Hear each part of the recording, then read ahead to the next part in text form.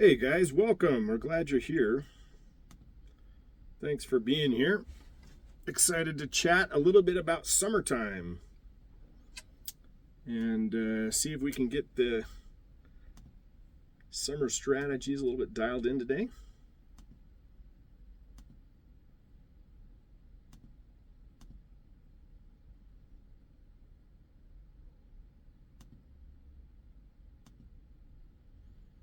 All right, welcome. Take a moment here. I need to turn on the chats for everybody. I think they're not turned on.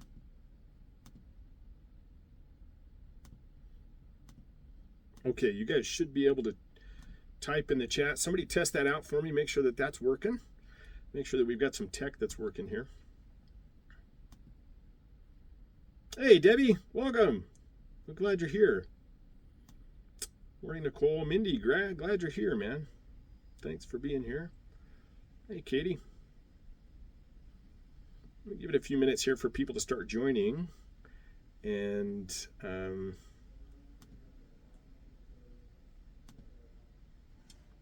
see a lot of familiar faces. Welcome, everybody. Thanks for joining us. Take a moment as you're joining, if you don't mind. Notice that when you go into the chat, that you can choose to chat with just the host and panelists. You can chat with everyone.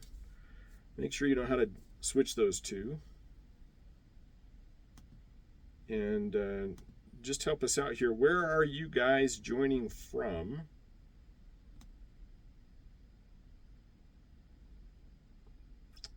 Love to hear that too.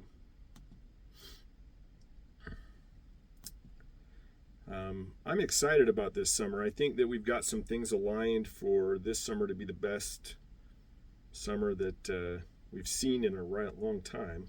I love how Debbie says Florida right now when she says where she's from. Debbie's just from all over the place. That's awesome. That's great. Yeah, I think that we're aligned. If we do things the right, this is going to be one of the best summers we've ever seen. I doubled down on marketing in November and December at my own locations and absolutely reaped the benefits of that in January. I mean, we enrolled a bunch of people in November, December as well. We actually had a record November, December at my locations, but January we did 79 enrollments into higher level programs just in the month of January, and I just think that's boding well for the season this year. I'm excited about that, and I think that like the idea is we need to get that working right now. Like we need to work on that stuff right now if we expect to actually have the momentum that we're going to need by summertime. So we'll talk about that today. Keep it coming, guys. Make sure you can find the chat. Let me know where you're coming in from, and thanks for being here. If this is your first time on one of our calls, just type in the chat first time. I'm just curious how many folks we've got that are kind of new. A lot of familiar faces I see so far, so welcome everybody. Thanks for being here. Thanks for trusting us with some important info. That's helpful for me. Hey Jennifer, welcome. Yeah, glad. Megan, thanks for being here for the first time. Keep that coming. It's helpful to me to see who's here for first. Because it's helpful to me because we're just kind of weird, you know. We do things, we do things a little bit differently than most studios do, and so we ask people when we work with them to make some weird changes, but they work really well. I'm going to talk about that today, so glad for that. Okay, all right, keep that coming. Thanks guys for chatting there. One more helpful thing that you can put in the chat. Once again, remember, if you want to chat, I see a bunch of them come in just to host and panelists. That's fine if you want to only share the info with us. If you're sharing a question or a comment or something, you want everybody to see it, make sure that you select the everyone option when you do that. Paul, I saw your raised hand here. Do you have a question there before we get started? Or are you just raising your hand just to, hey Paul, welcome, just waving? That's fine too. Glad you're here. I see you're trying to unmute, Paul, but I don't hear anything coming through. There you are. There he is. Now I hear you. Welcome. You're good. Hey, Margo. All right. Welcome, buddy. Glad you're here, dude. I Um, am really glad to be here. yeah, we're excited. We're gonna have you putting stuff together. You're in a good place, in a good position. So, okay. Another helpful thing. Um, yeah, welcome, Jenna. Thanks for being here. Another thing. How many of you? Just this is helpful to me as well as we go through this content today. How many of you are already running regular classes throughout the summer? How many of you are already running regular classes through the summer? Either type in regular or not yet or something like that so we can identify you. But either way, if you can report, good job. Yeah, Debbie, great. She's doing it. Good. Megan's got regular. Cool. This is a bunch of you. Regular, hybrid, regular, year round. Look at you guys, man. This is fantastic. That's great. Bunch of folks doing regular classes year round. That's fantastic. That is going to make this transition that we talk about today all but trivial. We're still going to ask you to do some hard stuff. There's still some different stuff that we want you to do. But if you are already of the mindset that you're willing to run at least your fundamentals classes throughout the summertime, we'll show you how we're just killing it with that. And just my own studios, I've been running 12-month programs, all year round programs for many years, for decades, and convinced that that's part of the secret here, right? Part of the reason is because, and we'll talk about this more as we get into the content today, but part of the reason is because intent is a good indicator of people's future behavior. And so if we are enrolling people into our programs with the intent to quit at the end of the school year or after the recital or however you have things structured, if that's what you're doing, then of course a bunch of people are going to quit, like they intend to quit, and it's our fault that we enrolled them that way because we kind of told them when to quit, right? And so influencing people's intent is another big piece of the punchline from the training today. Now, unfortunately, everybody on this call, if you have any kind of online presence at all in your own life, social media, you're on social media, something like that, you're probably being inundated with ads and things selling you software programs and automations to enroll students and all these kind of things that are actually working against that principle of influencing people's intent. So when we originally enroll students, if their intent is to train over the summer, that's part of the secret. Now, don't give up on me yet. That's not the only secret that we're going to kind of reveal today, but that is a big piece of what we're looking at. So keep that coming. Those of you guys that are just joining, if you are already running regular classes during the summer, comment for us regular in the chat. If not, then comment for us not yet. Love to see what it is that you guys are doing. That helps me to know how hard to push on stuff as we're going over some of the content. Now, today, a little warning, we're going to start out, this is not uncommon for the trainings that I do. We're going to start out a little bit philosophically today. I want everybody to be able to understand the psychology behind why we are doing the things that we are doing. We are not doing what everybody else, all the other studios in my cities are behaving in a certain way and running their programs a certain way, and we are different. We are pushing back against that and doing things differently. And I want to set kind of a background behind why it is that we do things this way. What is the psychology that we're picking on? Also, there's a vision piece here that I want to drive home as well. There is a reason that I am in this industry. There is a reason that, for those of you that know, I don't have a dance background, right? And I personally own a number of dance studios. I own a Brazilian martial arts studio, and I have an aerial silks school as well. So I've got a few different things, but I'm in this industry. I'm in the instructional studio industry for a reason. I believe that you guys have the solution to the world's problems. I believe we are best positioned to solve what is wrong with the world today. And I'm not just saying that just to fluff you up and make you feel good. I really do believe that. And by asking people to be more committed, we are actually accomplishing more of the solution to the world's problems than if we're not willing to do that, okay? So we're going to start out a little bit philosophically today, but don't worry, we're going to get into some specific tactics, and then I'm going to stick around at the end to answer questions for everybody. So I'll spend some time on the end asking questions. We'll start off questions that are related to this, and then if we still have some time, I'm willing to just answer questions on whatever other things you guys have. So I'm happy to spend some time doing that at the end, okay?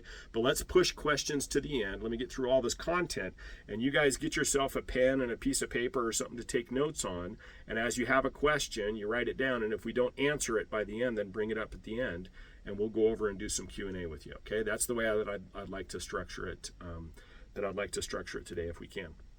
Also, I'll have an offer at the end if you guys want some one-on-one help implementing this. We have a consulting program. We work directly with studios to help them implement this kind of thing that we're going to be talking about today, and we'll hold your hand and hold your feet to the fire a little bit, make sure that this actually gets done and actually works. Now, I will talk a little bit more about that at the end of the call, but I wanted to share with everybody just really quickly, if you're interested in something like that, I'm typing in the chat. Can everybody see that in the chat? That link, automateddancestudio.com. If you'll click on that, you can go book a call with us, and we'll find out if this is a good fit to work together on this or not. The reason I'm sharing that at the beginning is because right before this call, I went on the calendar to check how many call spots there are in the next week or so, and there's just not very many. And that's not some kind of false scarcity sales tactic. That's legitimately, like, you'll get there, you see there's not very many options. And as we get closer to that, more of those fill. So thanks for being here at the beginning of the call. There's your bonus, is that if you want to go book a call, you can go do that right now and get a spot that might be more convenient. And like I said, that's not a false scarcity play or something. We just don't work with tons of people one-on-one. And if you'd like to have an opportunity to chat with us, that you go visit that, automateddancestudio.com. Katie, thanks for that shout out. I also strongly recommend it if you haven't yet.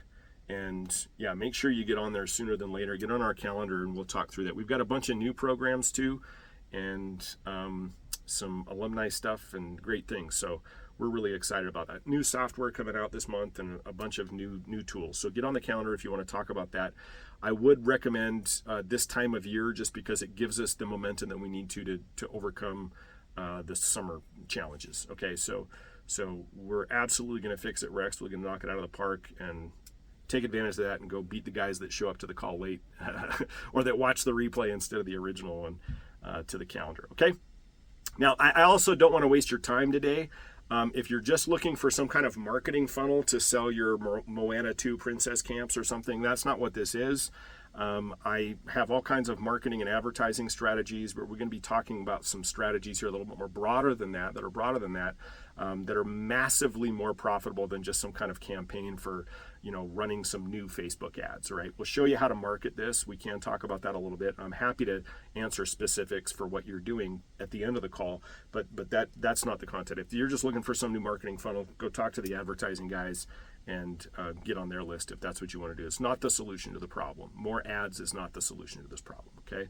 If you aren't willing to do things differently than what most other studios are doing, if you're very concerned about being the same as the other people in your area and not doing things in a weird way, I'm not going to be super helpful, because we are absolutely weird and we are absolutely kind of turning the industry on its head and doing things differently. That'll become obvious by the end of the call. If you're not willing to do that, I don't want to waste your time. We're going to be talking about doing things differently, okay?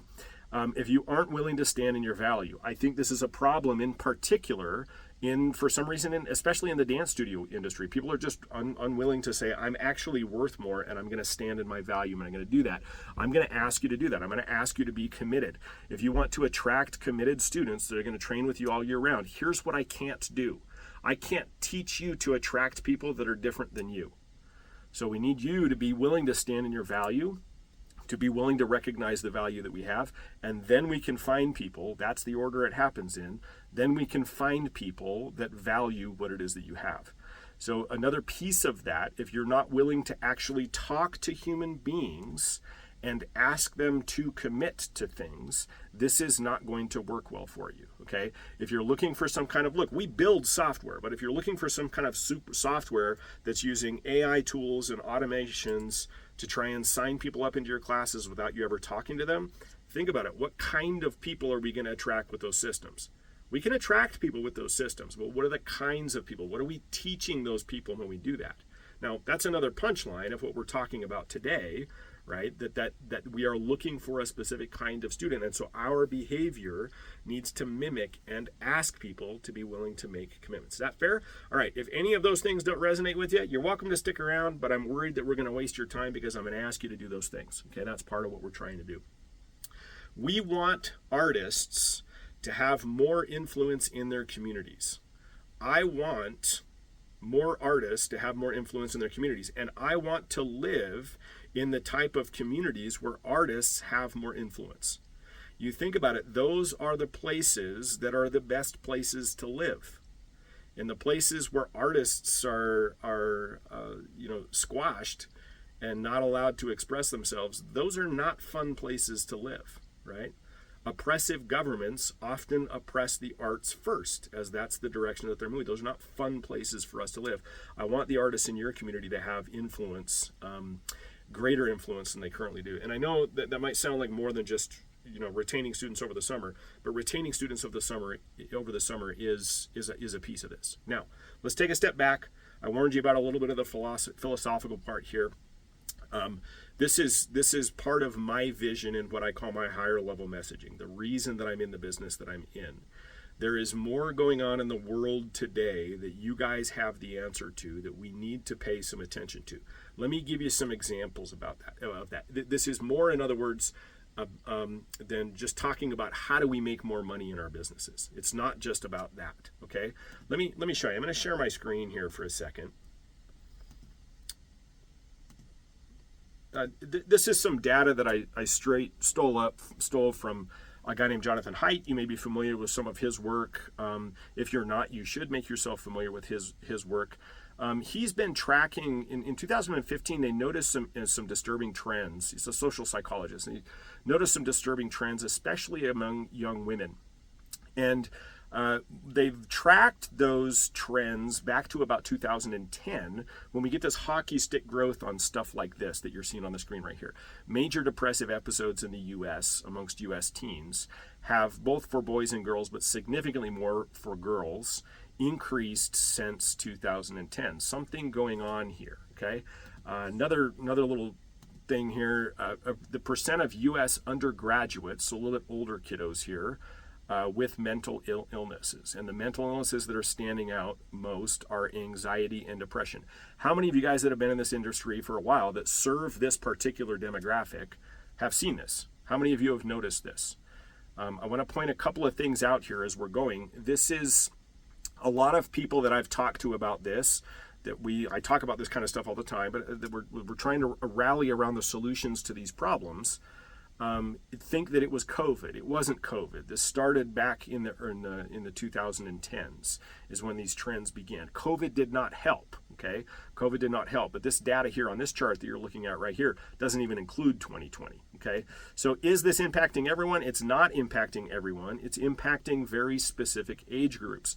That 18 to 25-year-old group, boys and girls, it is affecting more significantly than it is folks that are older. So people in my age group are a little bit sheltered from whatever it is that's going on here.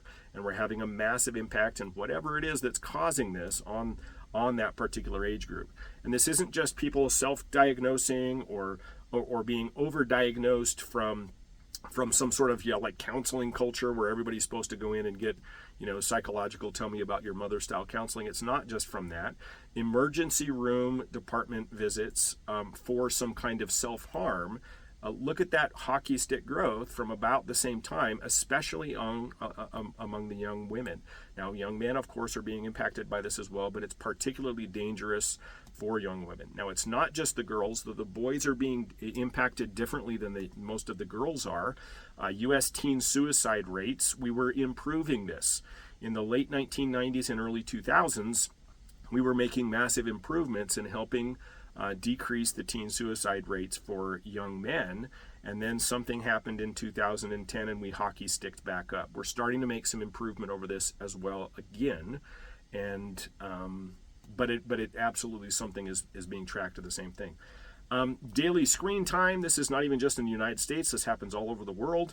You'll notice that the screen-based activities have increased significantly. This is consistent since the 1980s, as screens are more and more ubiquitous in our households. I'm going to get through this really quickly here, but a couple more slides. Meeting up with friends every day. That has decreased since the late 1990s consistently amongst both boys and girls. We just aren't having physical interactions in person with people as often as we used to.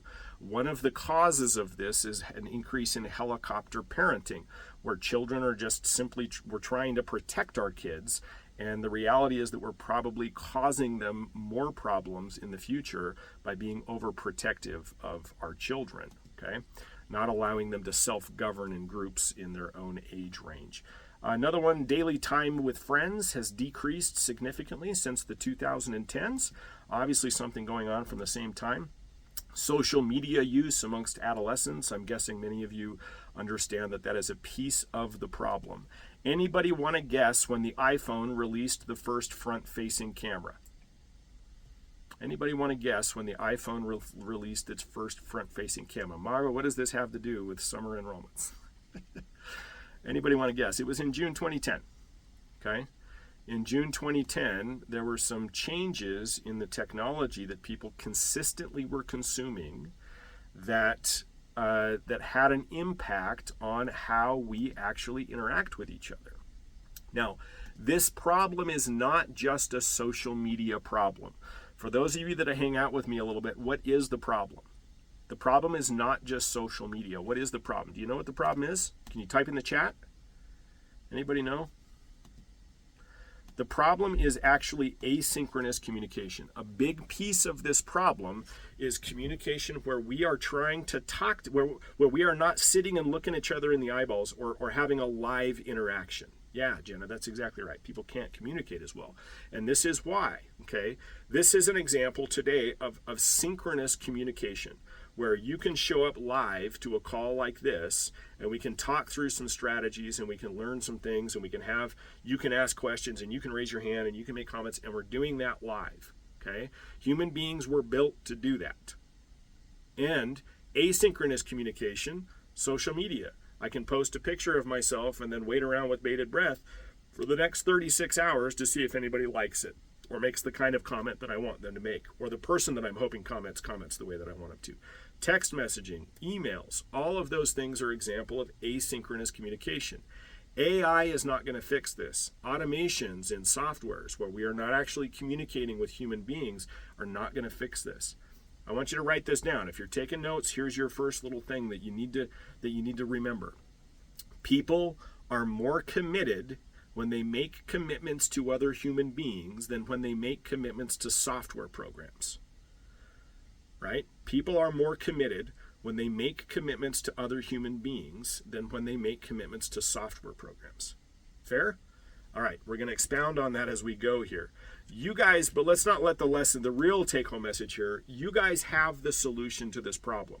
We can ask people to make large commitments personally. We can talk to them. We can bring them in our studio, and we can look them in the eyeballs, and we can authoritatively diagnose what they should do to solve the problems in their life. We can bring small groups of people together physically to work creatively to solve problems. The businesses in the world, the businesses today that are capable of doing those things are going to save the world. They are literally going to move the needle more than anybody else that's doing anything else. The answer to these problems is not some kind of new political ideology. It's not some kind of economic policy. That's not what it is. It's people like you that can bring people together, that can force them to sit in a room together and work on things together, breathe the same air, look each other in the eyes, and ask each other to be committed somehow to that group. That's the solution to this problem, okay? All right, let's move on. Let's get back a little bit to off my soapbox and into the summer strategy stuff.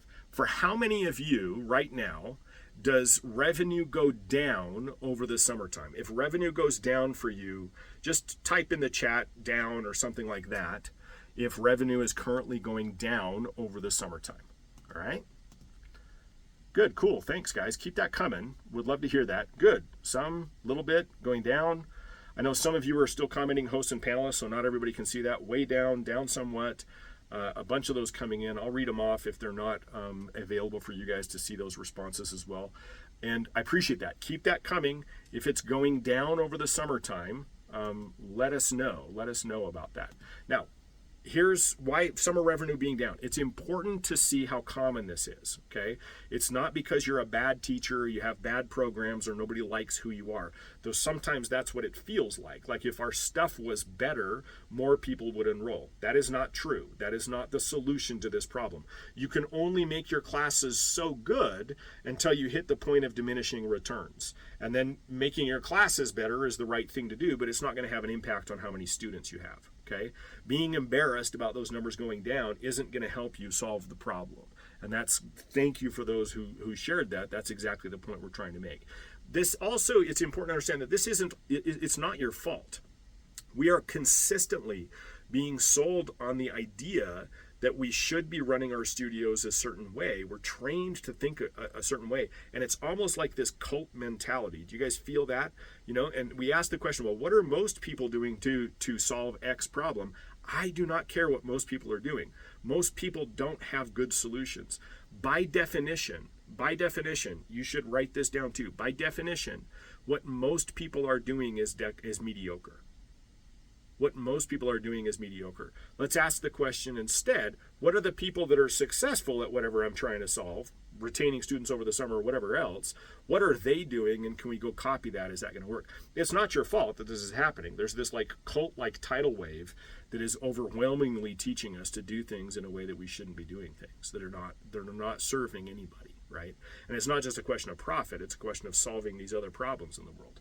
So we can plug the hole, we can fix that, but we absolutely need to be thinking differently than what most people do. What most people are doing, tell me if this sounds familiar, you work hard all year to enroll students, and then after the recital, many advanced students, they'll take intensives or intensives or something like that, but the beginner students, you can lose up to 80% of those beginner and younger students over the summertime. And this causes a cash flow issue that you hope to be able to recover from just when the school year comes back again. You try to supplement with income with camps and intensives and that kind of stuff, and then you just go do the same thing the next year. That's what everybody's doing, and they think that's the way that it should be working. It's absolutely not what has to happen. Okay. Now, I don't care if you do summer intensives and princess camps and that kind of stuff. You can keep doing those as long as it's working for you, or if that's like where your passion's at and you really love that kind of thing. But I don't rely on any of that at my own studios. Okay. We're getting all of this to work without any of that.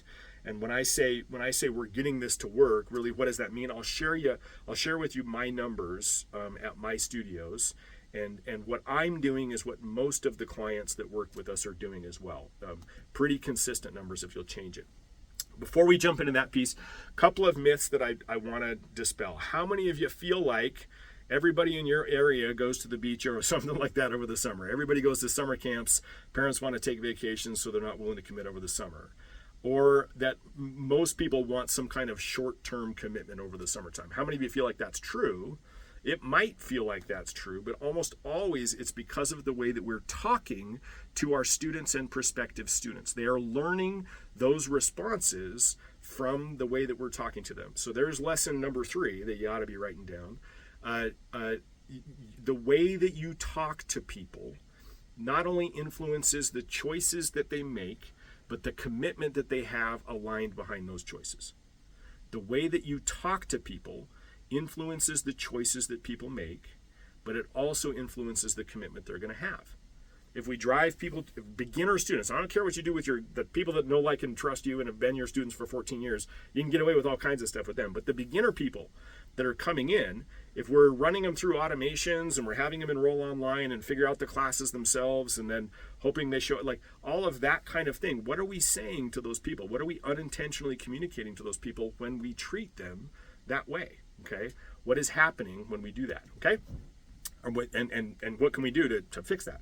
Okay, now here's a question for you: do the grocery stores in your area close over the summertime?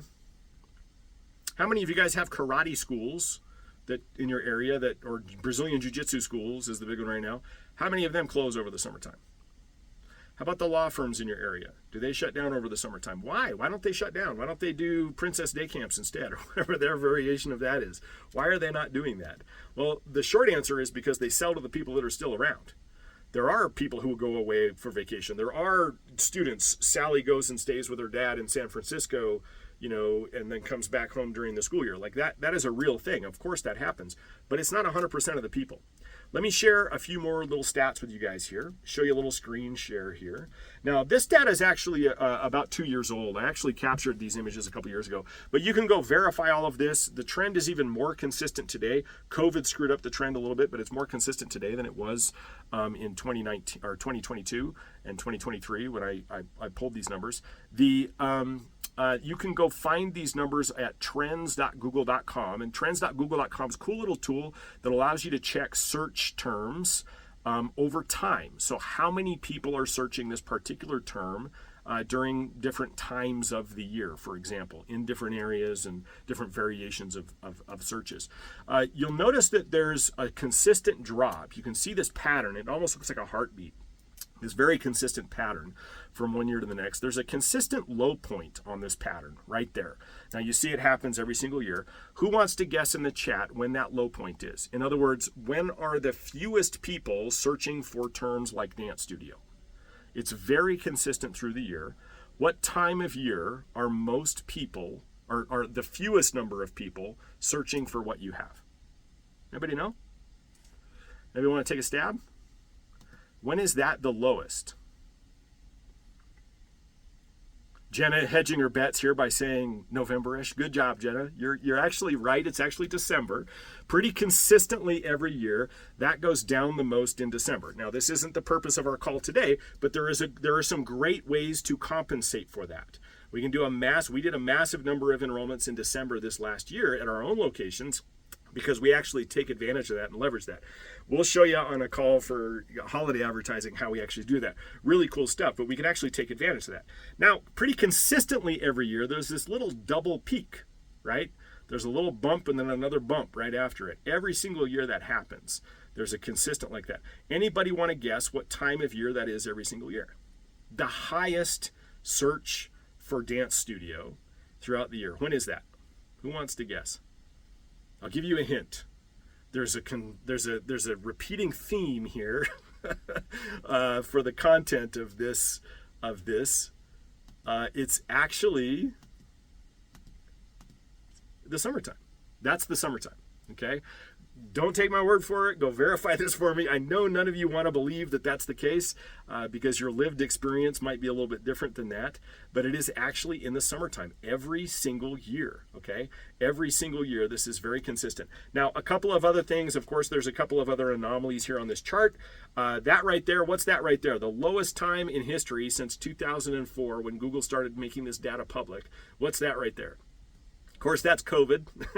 When everybody got shut down, people were Googling other stuff. They weren't looking for dance classes. But you'll notice that there's this very irregular recovery. It was very, very interesting. Even over the summertime, those bumps that you see right there are summer months. And even in the recovery after COVID, people were very, very quickly more searching during the summertime than any time of year. All right, what's going on here? How come most of you, that's not your lived experience? Yeah, sorry, Mindy, that was kind of small if you were on your phone. That wasn't really obvious. Go after the call today, go verify the data, go try some other little search terms and stuff like that, see if you can learn something from the patterns. But what's going on here? Why is that the case? What's going on, and why is that not your lived experience? Okay, the point that I'm trying to make, the moral of the story, is that it's not your fault. It's that it's hard to make summers profitable. We've all been told stuff for a very long time that just simply isn't true.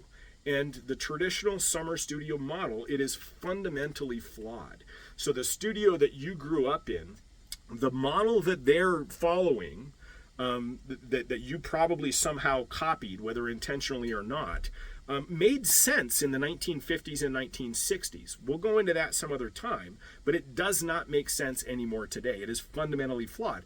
But everybody's looking to everybody else who's just, what is everybody else doing, for the cues on what they should be doing too. And that can be a very dangerous thing to do. Look around for cues, hang out with people that can help you, but you need to be looking at the people that are making this work, not the ones that are also suffering from it. And there's 87 million people out there that are willing to give you advice that haven't actually solved this problem, but are confident because that last year Moana 2 summer camps or whatever made sense to them, right? And they have all this confidence and don't really know what they're talking about. Okay, now most studios, here's maybe the next thing you ought to write down. Most studios don't have a summer problem. They have a rest of the year problem. And if we solve what's going on during the rest of the year, the summertime problem almost fixes itself. Now, that's not 100% true. There's a very specific event we want you guys to be scheduling at the beginning of the summer that helps to kind of glue all of these pieces together. But if we're behaving in our marketing and our enrollment strategies throughout the regular year in a certain way, it fixes a huge piece of the summer problem. You with me on that one? Okay. So what's it like when this is fixed? Let me just share my numbers with you. These numbers that I'm sharing with you right now have held very consistently for a long time. I've been implementing the same systems at my studios for a very long time. This held before COVID. This held during the COVID shutdowns. These same statistics I'm going to share with you here. I raised my tuition rates at my studios, at my own studios, twice during the COVID, before we were completely back open over COVID, right? Because we doubled down on some specific stuff. Anyway, it held before COVID, it held during COVID, and it held after COVID. And here's the numbers. You can write these down. This is what you should expect if you implement this. We retain 85% of all students after the recital. So another way of saying that backwards, is that we lose 15% of our enrollment after our big recital. Now, I realize some of you might not do a recital at that time of year, so that may have an impact. Disassociating your recital from the school year is one of the secrets on how we got that to work. But we only lose about 15% of our enrollment during that time of year, during the 30 days after the recital, and that is consistent. Pre-COVID, during COVID, after COVID, okay? Within 30 days, we're able to replace the 15% that we lost. Okay? So we're back up within 30 days to where we needed to be. Those new students are making long-term commitments. Now think about this, because this is part of the secret. The students that we enroll in that time of year, remember, that's when most people are actually searching for dance classes or whatever you teach. There's a good chance the trends are the same. Kids get out of school, parents are like, we don't know what to do with the kids, and start searching for activities, right? That's what's happening. So the students that are coming in at that time of year are making new long-term commitments. So when we have those students come in and be enrolled, their intent, remember, we're trying to influence intent. Their intent is to train until that time again the next year. Like, that's their intent. Those new students are also making large down payments. Now, if you're new to our strategies, this might be a new term to you, but basically, when students enroll at my studio, they're making usually a $199, $250 down payment on the total cost of the enrollment that they're coming in. That's not their tuition. That's a down payment on the program. And so you can start doing the math here on those new students coming in making that many down payments, right? 15% of my student base is new in that time, and they're all making new long-term commitments and large down payments. The older students at that time of year, this is the event we're talking about, most of them are moving into like higher level classes or consuming additional classes, so they're paying higher tuition rates at that time of year. And the students that we retain also make another large down payment at that same event. So what if, ask yourself this question, what if 85% of the students that you have at the end of the school year made a $200 additional down payment in June? What would that math be? Everybody take that number. What's your active student count usually at that time of year? Multiply it by 0.85, and then multiply that number by 200. So because I have new people coming in making down payments, they're doing long-term commitments and sticking around. They're not just training over the summer and then leaving. They're sticking around. We have old students upgrading and paying additional fees and also making additional down payments. What's going to happen to the income at the studio at that time of year? I'm losing 15% of my enrollment, but with third grade math, what's happening? What's happening at that time of year? That's why the income is going up, okay? Cleveland City, write that question down and ask it again at the end. That's a brilliant question, and we'll jump into it. It's going to change the way you think about your programs. Nobody believes that it's going to work, but ask that question at the end, and I'll show you specifically what it is by the down payment. So yes, it's tuition, but it's not their first month's tuition payment. So at my studio, people are paying for an intro class, usually about $40. They're paying $199 to a $250 down payment on the total cost of the program, and they're making their first tuition payment. My fundamentals program right now is $199 a month. So you can do the math, but that's what's happening at all of my studios in all of my programs. By the way, for those of you who don't know me, just to introduce another thing, this isn't to brag, this is to say, yes, this is possible. We are doing the same thing with adult programs. 50% of all of the students at all of my studios and all of my programs are adults, and 50% are youth and children. Okay? All right. We're getting, now how the heck are we doing all of that? We're doing it because we're actually thinking differently than everybody else is thinking. If we went to any one of your social media feeds right now and we scrolled through it, what are the chances that we would run across an ad with somebody who's saying, hey, we're going to get you 400 students in the next 6 months?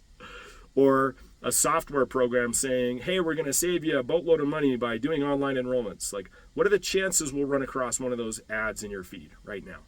Probably pretty good. I get hit with them, and I'm a dude. So if you're not a dude, you're probably even more in the demographic that they're going over. You're probably getting more ads like that than I am.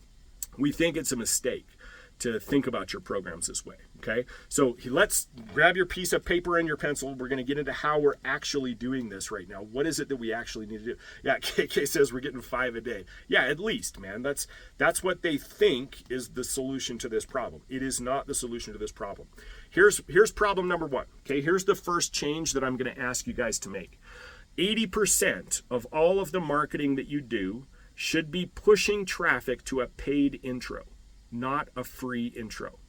Now, all these marketing agencies and automations and AIs and software programs are pushing you to do free intros. Why? Because those are easy to pick. They're easy to find, and so it seems like they're doing you a favor. Now, here's the downside of that. The worst thing you can do in this industry is not go out of business.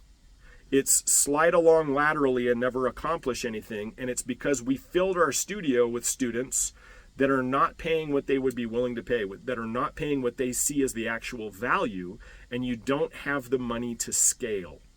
You don't have the money to grow. Does it cost money to hire good staff? Yeah, as your business grows and you get more students, you need to be able to bring on new staff members, right? Does it cost money to have more real estate? You got an empty space next door to your studio, you're going to knock a wall down and open another studio space up and expand into that space. Fantastic, congratulations. That costs money. Right? We need to have money in order to do that. If we need to increase our ad spend as we're running our ads and that kind of stuff, we need to be able to afford that. Yeah, there you go. Exactly, Mindy. Mindy's not even in the dance studio world. She's in the music school world and getting hit with the same thing. Tons of that stuff out there, okay? So here's, what other problems does this solve? Let's think about the context that we laid down, the psychology, the problems we're actually trying to solve here, how we're not asking people for commitment. Like, put that background there and then answer for me, why is paid intros the answer to this? Somebody type in the chat or raise your hand. Why is paid intros the beginning of the answer to retaining students over the summer? What's going on here? What's the psychology? You sit back in your armchair psychologist chair and you say, why is paid intros going to help solve? It's one piece. It's one drip in the bucket. Why is that going to help solve this summer problem? Why is that going to help? There's a bunch of reasons. And Jeanette's got a big one. It increases the show-up rate and attracts students who value what it is that we have. Fantastic. Marianne, beautiful. Establish value. Katie, beautiful. Demonstrate value. Jennifer, yeah, dance point, intention. Remember we talked about we're trying to influence the intent. Somebody who pays to come in and try out a class, their intent is to actually get enrolled into some high level thing. There is a level of commitment there that we are unintentionally maybe communicating that we're the kind of studio that asks for commitment, right? And it makes a huge difference. Now I want to be perfectly clear and transparent here. I offer some free classes. I do free open houses a few times a year. I have mass intros. It's another strategy we use that we don't charge people to come attend. But absolutely, 80 to 90% of all of the ads that I run, and all of the marketing that I do, all of the communications and emails that I send out to everybody are surrounding a paid intro program that they come in and do. Okay? Yes, and Jenna's got it, knocked it out of the park here. She says, my 5-star client will be willing to pay the value. They see that perceived value of what it is that we're asking for. So step number 1, that's what it is, okay? There's more going on here, increasing the show-up rate, all of that kind of stuff. There's more going on here, but that's a part of it. Let me give you one other secret here, okay? By the way, those of you who have already implemented paid intros, do you mind sharing in the chat what your paid intro, what's the cost of your paid intro?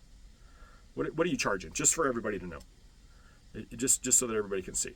Okay, so they're kind of all over the place, right? There's a bunch of people doing different things.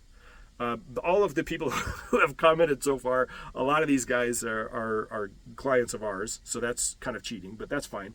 Mindy, what's yours? Mindy, I think, has the highest one in the program right now of our clients. $149. Yep, she's doing $149. So yeah, she's got an intro program that's $150. Now here's the question. Most of you are, $30, $40, $50 for the intro program. That's a good place to be. That's a fantastic place to be. Here's the question I'm going to ask. If we have to pay for some ads, whether we're paying for them on Meta or we're paying for print ads or we're paying somebody to go put up bandit signs on the side of the street, whatever it happens to be, if we have to pay for some kind of marketing, can we spend $40 in paid something and get one more person to sign up for a $40 intro? Can we do that if you're running a paid intro? Absolutely, that is not hard to do in today's world, especially if you're running some social media stuff. Okay? All right, if you're running digital traffic to your website. Now, if I can offset the cost of my marketing within 30 days, 30-day money is free. I could put that on an airline miles card. I have a couple airline miles cards. I put that ad spend on. All of my marketing spend I put on that. I can fly my family anywhere for free at any time. Okay, so yeah, paid intros offsets that cost. It just allows us to not have to worry about spending any money to offset my marketing. Does that make sense? So I never have to find marketing budget anywhere.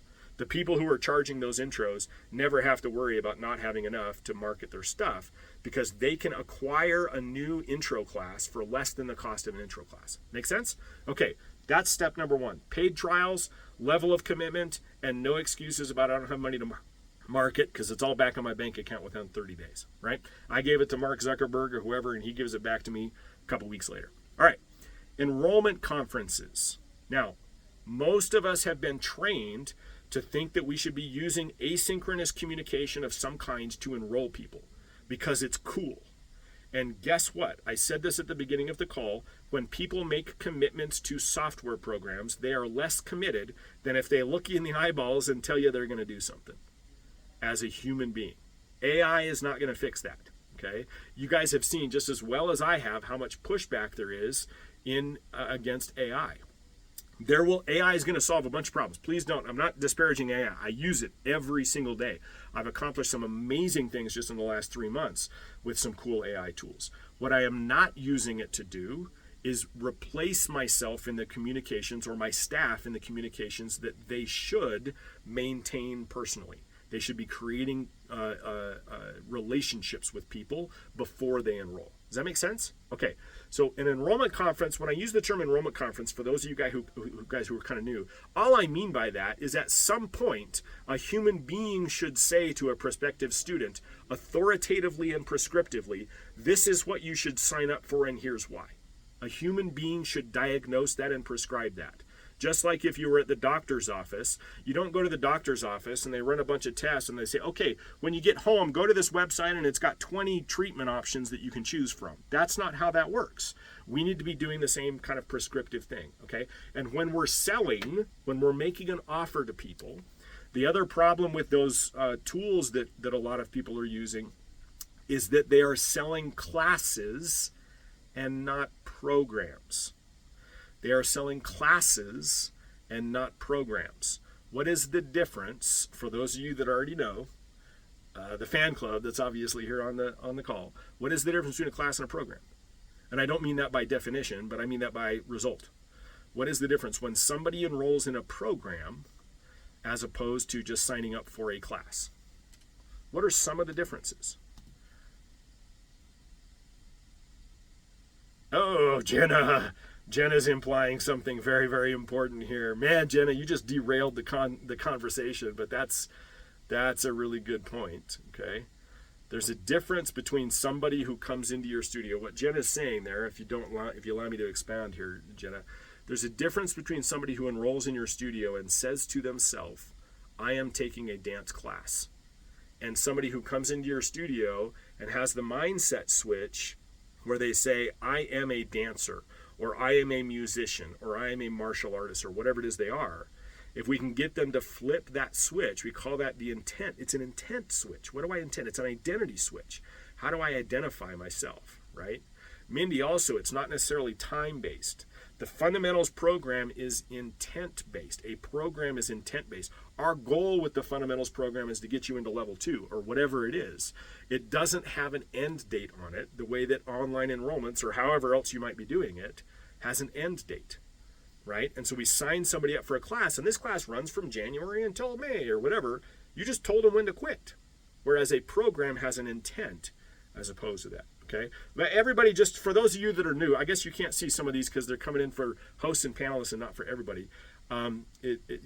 Curriculum is not membership, it's commitment to learn. That's beautiful, love that. Thank you, Tony. Anjanette, not just an activity, but a craft to work towards long term. Yes, it's a long-term mindset thing.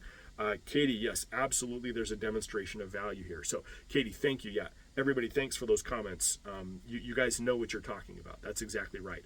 There is a difference between enrolling people, psychologically, there is a difference between enrolling people into a class and enrolling people into a program. Now, the one that asked the question about down payments, that's linked to that. We'll get to that at the end if you remind me. I'm going to forget, so you remind me.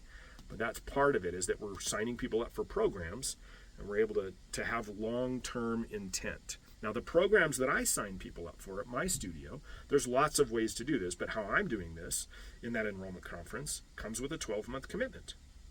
We have scripts that my staff follows, and when they say to them, hey, you should really sign up for this program, and this is how the curriculum works, and it'll move you into level 2. Like when they're having that conversation with somebody, they just say these words, and people do it, okay? Because they're looking for you to the answer of the question, how do I get the best quality for myself or for my kid, whoever's signing up, right? Okay. Now, I asked at the beginning of the call, how many of you are already running a regular curriculum over the summertime?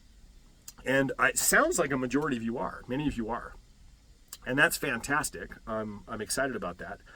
Because the next piece here, so charging paid intros, enrolling in programs instead of classes, and those programs include whatever you do over the summertime, right? You don't have to change what you're doing in the summer if you don't want to. It's just, we just turn it into a package and give it a name, basically, okay?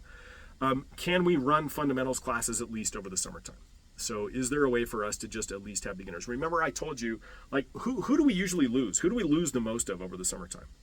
As I talk to studios, even those that aren't implementing what we teach yet, as I talk to them, pretty consistently, they're losing the beginners and the young guys over the summer. And the people that have been training with them for 12 years, they stick around and do something over the summertime. You know, like they're willing to just do whatever you want. So it's mostly the beginners. Yeah, fantastic, KK, right. The beginners and the young people are the ones that most studios are losing, but that can account. And those are all beginners. It's hard to get it back in the fall and blah, blah, blah, blah, blah, right? So that makes it a little bit challenging. But you think about it, like if we can just at least, wrap your brain around this idea of at least running your fundamentals, your just little beginner classes or something over the summertime. Remember, I still lose 15% of my students after the month after the recital. But it doesn't take me long. I don't have to wait until the school year to replace those people with people that are paying new higher tuition rates, making long-term commitments and down payments. Now, here's the other cool thing about that. When you enroll students at that time of year, and you're bringing them into long-term commitments, those are the people who stick around over the summertime. Those people that stick around over the summertime, what are they going to do next summer? They're going to probably stick around over the summer.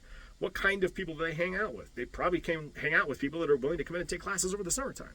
And so just like as you do this over time, like you build a culture that is just the norm, like the yoga studios have and the karate schools have, and there's a soccer club, an indoor soccer club, not too far from where I'm sitting right now, that when I was a kid, man, there was a soccer season. I loved soccer, and I had to wait for the season to come around. I can go join a league. My son can go join a league at any time of year right now. Okay, it doesn't matter what time of year. I can go do that all year round. Okay, it's becoming a very normal thing is all that I'm saying. All right, does that make sense? Okay, so can we run at least our fundamentals programs over the summer, and then we can package this into a program, and when people enroll at that time of year, we're building a culture over time. Now, just transparency again, as we work with people to implement a lot of this stuff and get it all figured out, it is not uncommon that in the first year that they implement this, that they don't hit exactly the numbers that we hit. Sometimes it takes the second year around. But so maybe you only lose 30% of your students instead of 80 or whatever, right? So it's better than what you're doing right now, and we can replace them. And then the second year, usually they're hitting the stats that we're hitting, okay? All right. Now, there is, yeah, that's exactly right. KK, great. Thanks for feeding it back. Yeah, you're a great segue there, because the next piece of this, and this is kind of the linchpin. This other stuff, some of you might even have in place, but paid intros, programs not classes, and some kind of long-term commitment that is year-round that we can enroll people into in the summertime. Okay, so we need a thing that we can enroll people into in the summertime, and those are all kind of the background based stuff that we put in. So the fourth thing that we need is what we call the new season kickoff, our mass upgrade event. And what's going on here is we're hosting this event at that time of year. Just curious, of those of you on the call, how many of you, especially those that are losing students, yeah, I love that you're terrified at admitting that. Thank you very much for sharing that. But that's what's kept you. Yeah, absolutely. Fantastic. You know, it's a game changer if you'll do this stuff. It's absolutely a game changer. Just do the math. It's a game changer. Okay, so the new season kickoff is an event that we host at that time of year. Those of you that are not, that don't have all this stuff kind of implemented yet, at that, how many of you, how do I ask this? How many of you are losing the students like right after the recital? Like recital ends and then you lose a bunch of folks. So there are people that are experiencing that. That's what I think most people that are losing students over the summer are kind of seeing happen. Now, the new season kickoff, the idea here is that we're asking students to kind of recommit to the year, but we're also moving the students up to the next thing if they're ready to move to the next thing.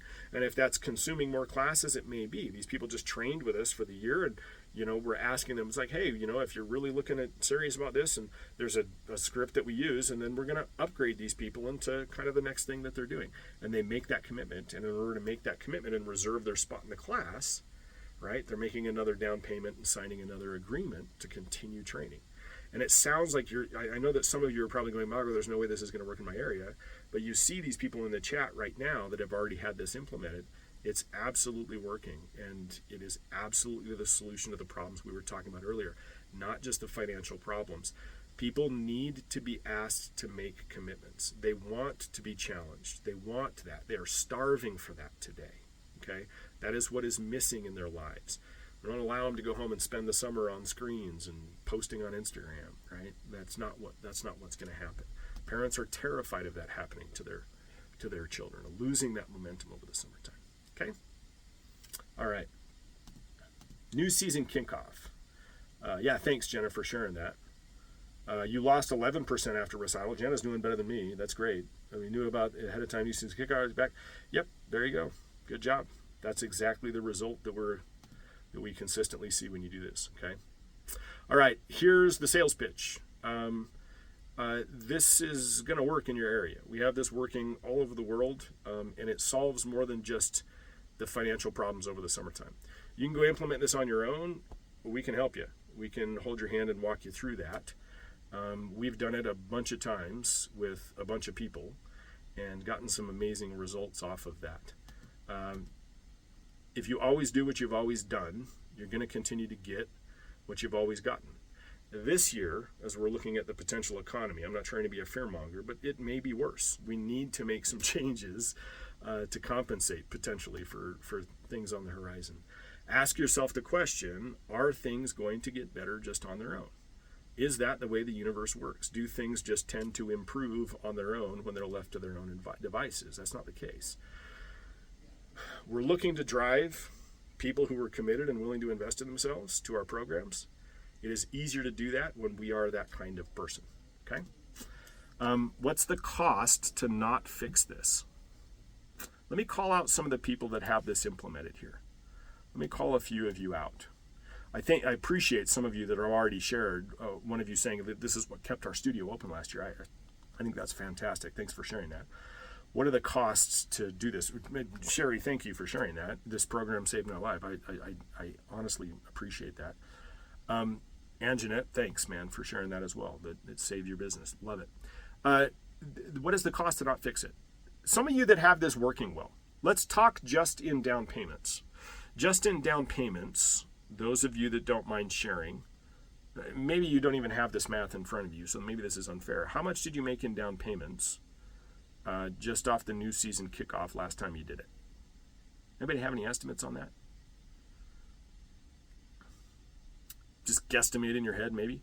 If the down payment's $200 and you get 80% of your students to make that during that 1 week, how much is that? You can do that math yourself. That's what it's costing you to not implement, just in that one revenue source. Not to mention retaining more people over the summertime and upgrading them into higher level classes. Okay. What's the cost, though, to lifestyle? I am not working 60 hours a week at my studio. I have many other projects that I work on. Many of you know that. I volunteered a nonprofit. I'm sitting in the nonprofit right now, getting ready to have a meeting with some other folks that I serve here with my own volunteer time. I spend many hours a week doing volunteer work at this nonprofit. I'm traveling. Mindy, I think, is on the call. I'm going to Mindy's wedding in Italy this summer. Lon, some of you know on our team, just moved to Vietnam. She's getting married. That's 2 international weddings. I'm headed to Vietnam. What is this costing your lifestyle? Emotionally, what is it like to run a studio when you dread doing the recital, which should be the culmination and joyful experience, because you know you're going to have a hard time keeping the lights on? What's it doing to your health? What's it doing to your relationships? I talk to studio owners all the time. I'm fortunate to not be in this position, who have spouses that resent what they're doing because they see it as an expensive hobby. It's devastatingly painful, and I get it, okay? All right, there's a solution. We can help you. We can walk you through this. We'll hold your hand. Basecamp is the name of our program that helps to put all of this stuff down. Tony Great did $10,000 in down payments. Fantastic. Yes, we do down payments at preschool. You're asking the question coming in here. Yeah, we do down payments for preschool, for adults, for everybody. That's there. There's that link again, automateddancestudio.com. That's where you can go to book that call. The Basecamp program, we're opening up to a few folks that want to come in, and I know that a bunch of you guys have been through that program.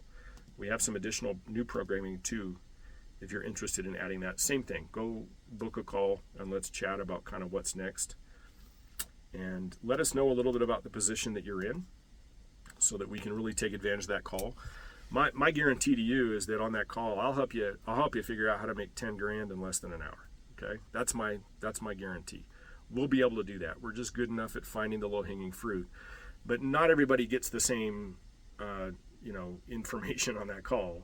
Whether you work with us or not, we'll help you figure out where the next 10 grand's coming from that you're not currently getting. But we need to know a little bit about where you're at so that we can make the right distinction there. Okay. So if there's some times left on the calendar, go check that out, automateddancestudio.com. Love to chat with you and see if what we can do to hold your hand through this is helpful. Okay, questions? Questions on what we went over? Let's open up the floor to that. We're going to start out as we have a few. Yeah, Debbie, sure. Let's talk. Debbie's the first one in here. This is kind of a related question. Can you talk about the new software or other program than Basecamp? Yeah, Debbie, I heard you weren't getting our emails. Was there a problem there? I sent an email. You're familiar with our other software, with what we call Old Compete now. We've been testing a new software platform on folks in our mastermind program for about 6 months now, and they've been helping us go in there and squash all the bugs and do everything. It's pretty impressive. And on the 13th of this month, we will make that software available to the public. That is the first time we have ever done that. For those of you who are already familiar with how we do things in the past, you were able to use our software, but you had to come through our consulting programs. With this new platform, the software will be available as of the 13th. I think is when we're moving the domains. Let's say the 14th. We'll be sending out emails and letting everybody know about that. You'll be seeing our ads.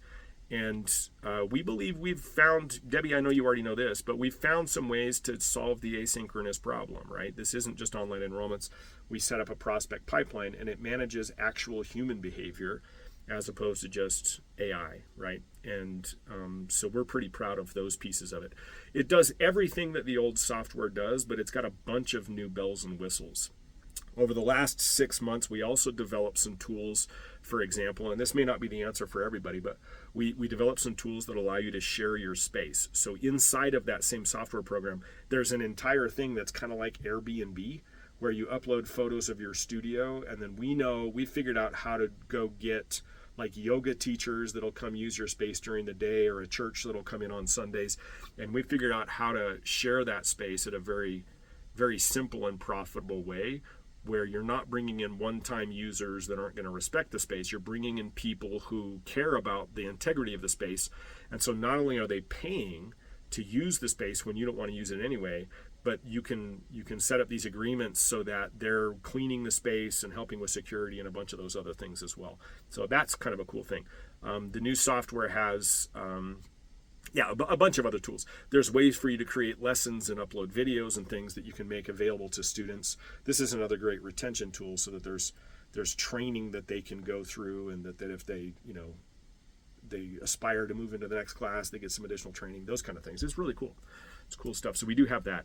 And then programs other than Basecamp. Debbie, I know I'm kind of aware of where you're at. We have a program that's an alumni program for folks that have already been through our programs, but that might not be interested in the commitment to our mastermind.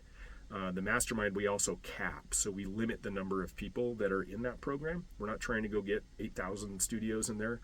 We're trying to get a unique group of people that know what they're talking about. A bunch of them on the call today, you can tell, because they're knocking out of the park with numbers. But so we have a couple of programs like that, and then we will also have a way to get access to like software and other little custom packages like that. But we have a few different things. Okay.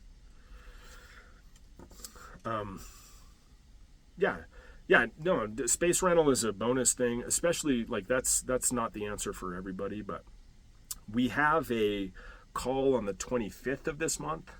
Let me give everybody one other free link here. Hang on a second. Let me go grab it for you. We have a Facebook group. Most of you are probably in it, because that's probably how you found out about this call. Some of you. We have a Facebook group called the Studio Business Accelerator. I just made a post in there the other day about all the things we have going on in April. On the 25th, we got a bunch of things going on. On the 25th, Nicole is doing a call for just an intro to the new software. And so if you want to hop on that call, we're not, like, you don't have to be a client or anything. Like, you can kind of get a tour and some training on the new software if you want that. For our clients in April, we have a call where we'll train your staff. You invite your staff to the call. We do a great job of training them on all these systems, so that we're reinforcing what hopefully you're also teaching them. But we got a ton of stuff going on in April. I hope it's not too much, but I'm just so excited about this year. I just think I think you guys have the solution to people's problems, and a lot of people have problems right now. So I hope I said your name, Elzane. Is that how I say your name? You're welcome to raise your hand if you want to unmute. I can come around and unmute you. A little bit hard for me to find you in the call, but if you want to unmute yourself. Hey, there you are. Help me pronounce your name right. I have a name that everybody mispronounces as well. So.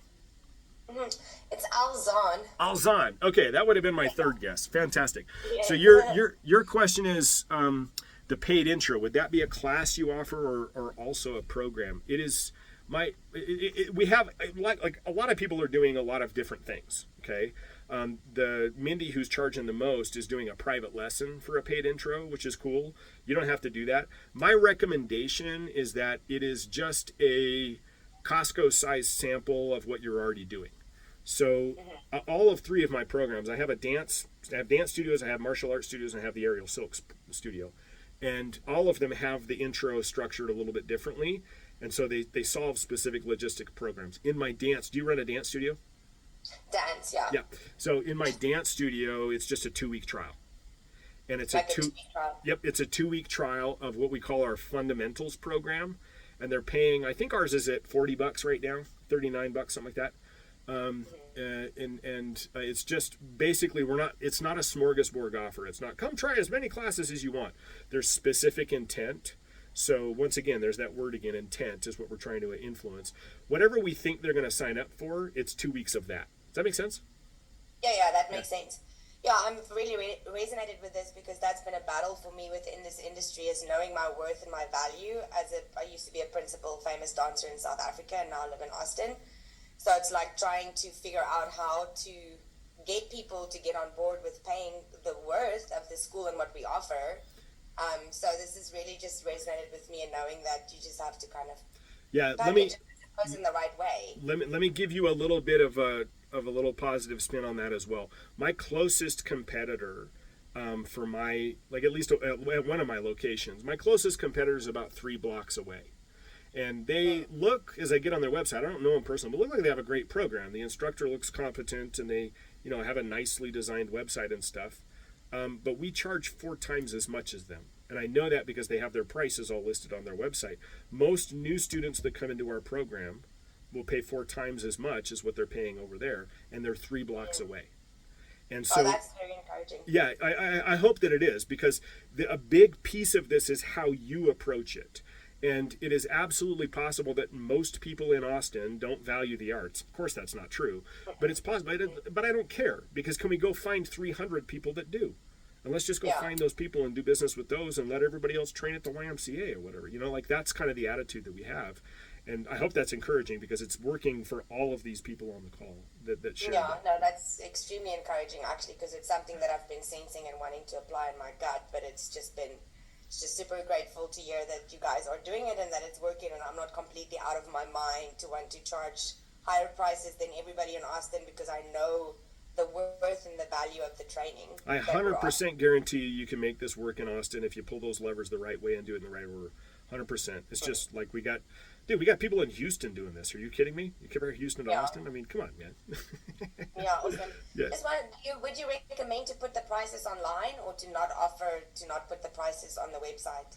So okay. Do you mind if I get on my soapbox for a second to answer that question? I'm going to give you more than you asked for on that one. Yes. Let me tell you a little bit of that.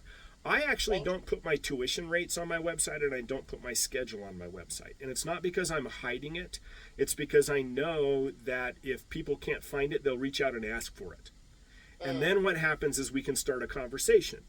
And I'm all about demonstrating value by having this higher level, sort of concierge level service. Now, I don't do any of that work. I have people who I pay to do that work.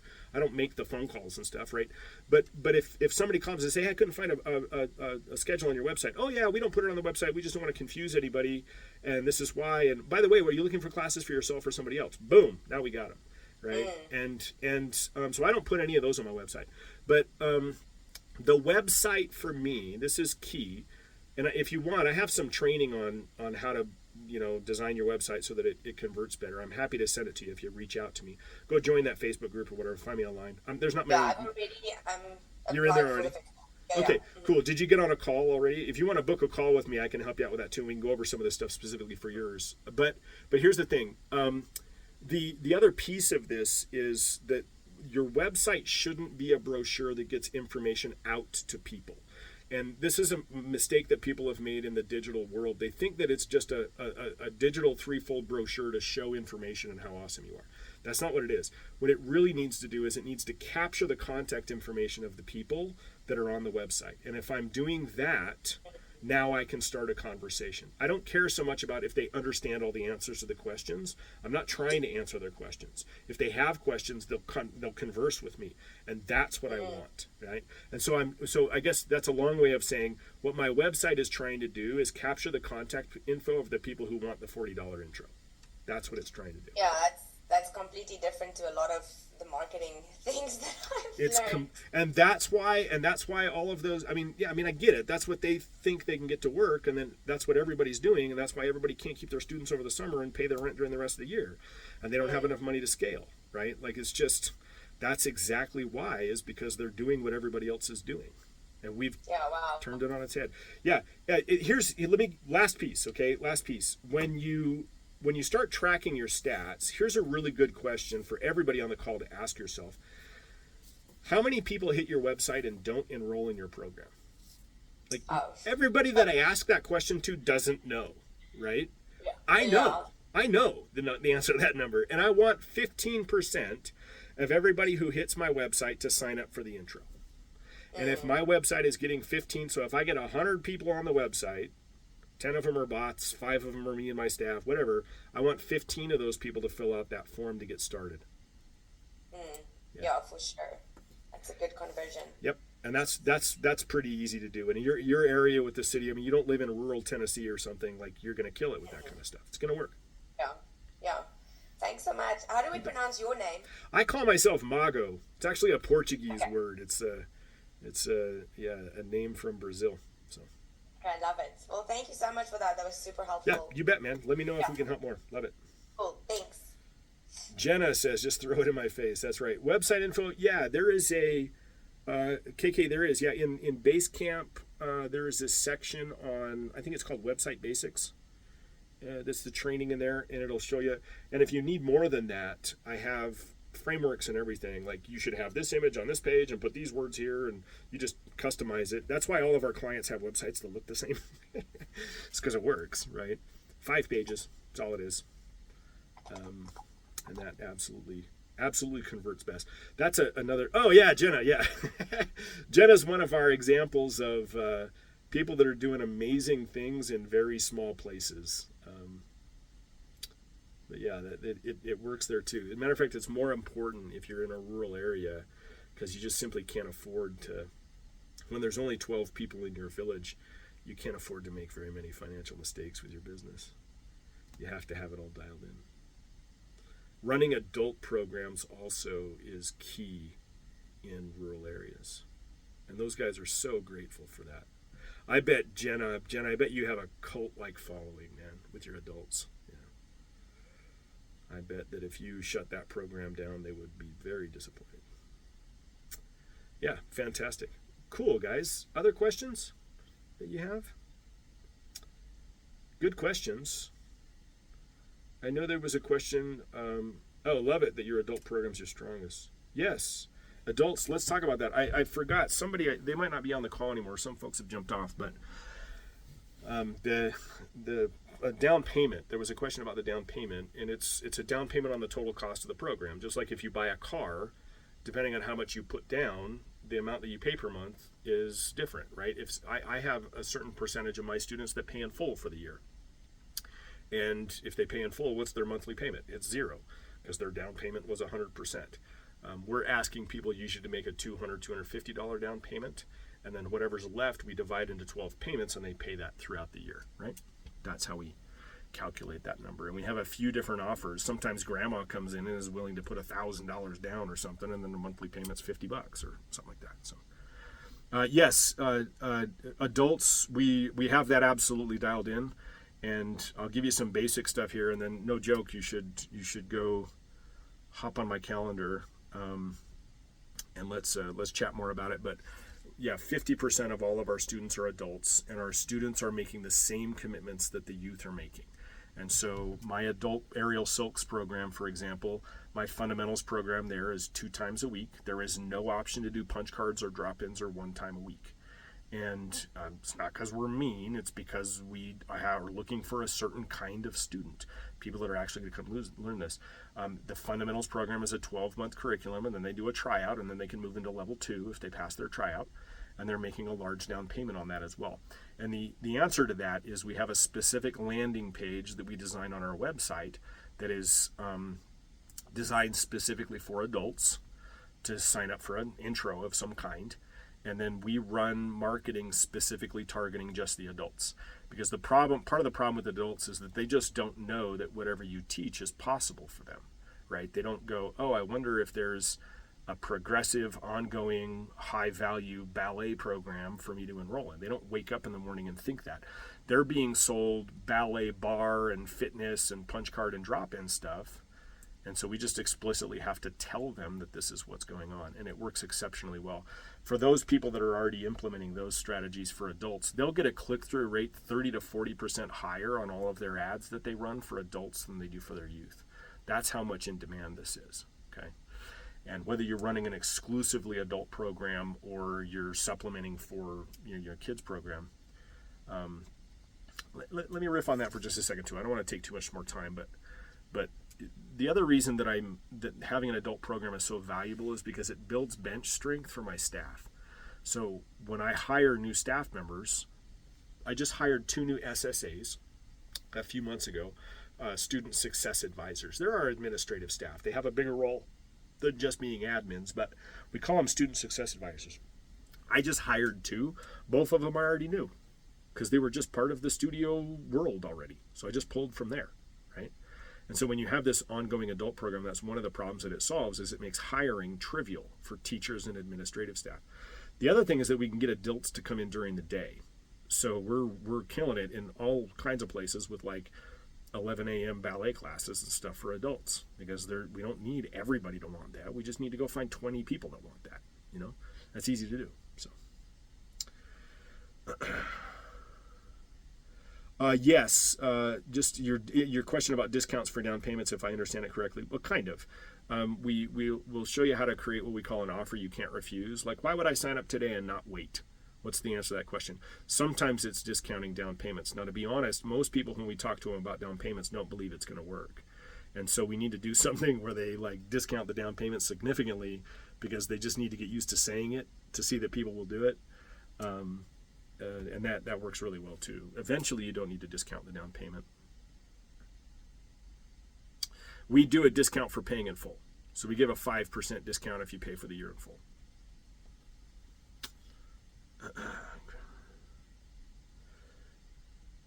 Okay, Concha, can you raise your hand here? I want to make sure I'm pronouncing your name as well. If you're in a place where you can. If you're not, that's okay. I'm not sure. Have we met before, by the way? Tell me how to pronounce your name. Can you unmute yourself? Hello, yeah, I'm Concha. Concha.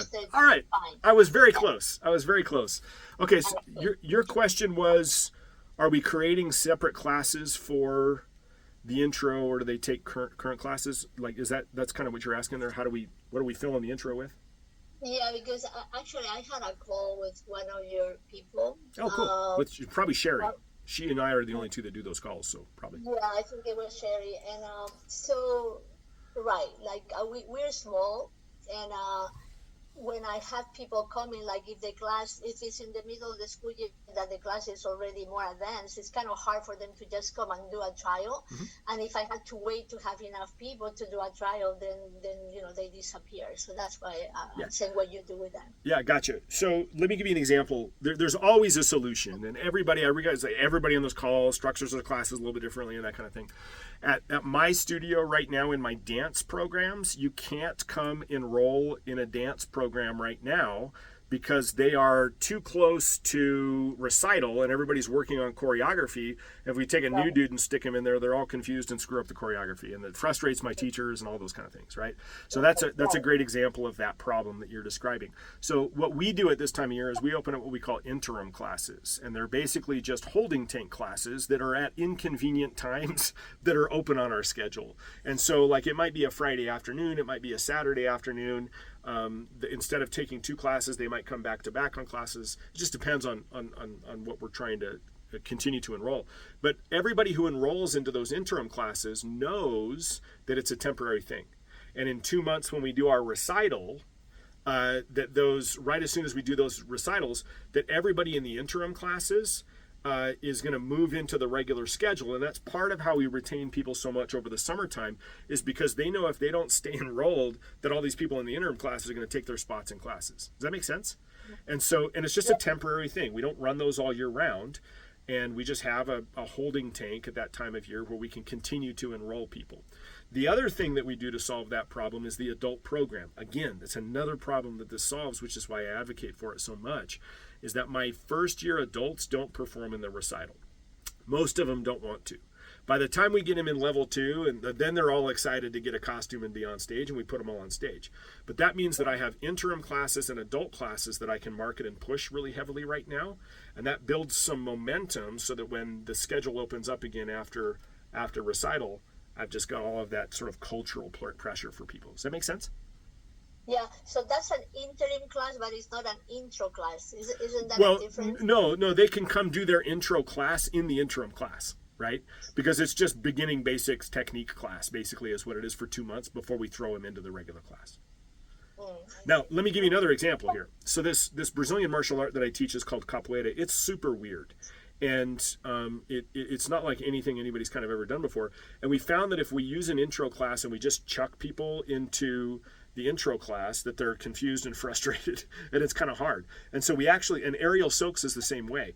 In Aerial Silks, throughout the month, they progressively work on harder things, and then the next month it resets and gets harder. So the only time you're allowed to enroll in my Aerial Silks program is at the beginning of the month, right? And so what we do is the last Friday of every month, we do the intro class, and we charge $39 for it. We put 15 people in it. We make a few bucks off that, and then at the end of the class we do the enrollment conference and get people signed up to start the next month that they want to. So depending on like whatever problem you have, there's a solution to it, is what I'm saying. Yeah. I see. All right, thank you. Yeah, you Thank bet, man. Yeah, no worries.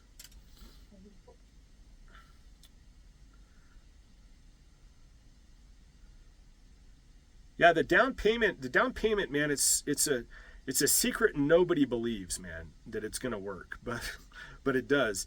And something we didn't talk about today that I usually beat pretty hard is what we call the average student value. What's the amount of money that somebody's going to spend in the first year of enrollment when they come into your studio? And let's say it's $2,000 or it's $2,000. If the program, the fundamentals program for the first year is $2,000, and they make a $200 down payment, that leaves $1,800 left. Okay.